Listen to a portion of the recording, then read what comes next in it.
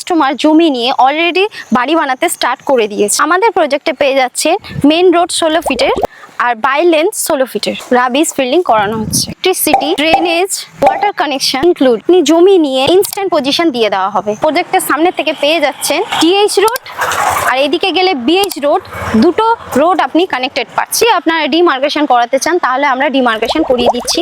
Already আমাদের প্রজেক্টে demarcation করাই আছে। আপনারা যদি জমি বুকিং করতে চান তাহলে 2999 টাকা দিয়ে বুকিং করতে পারে। আচ্ছা ম্যাম, আপনাদের এখানে কি ইএমআই ফ্যাসিলিটি আছে? অবশ্যই আমাদের ইএমআই ফ্যাসিলিটি আছে।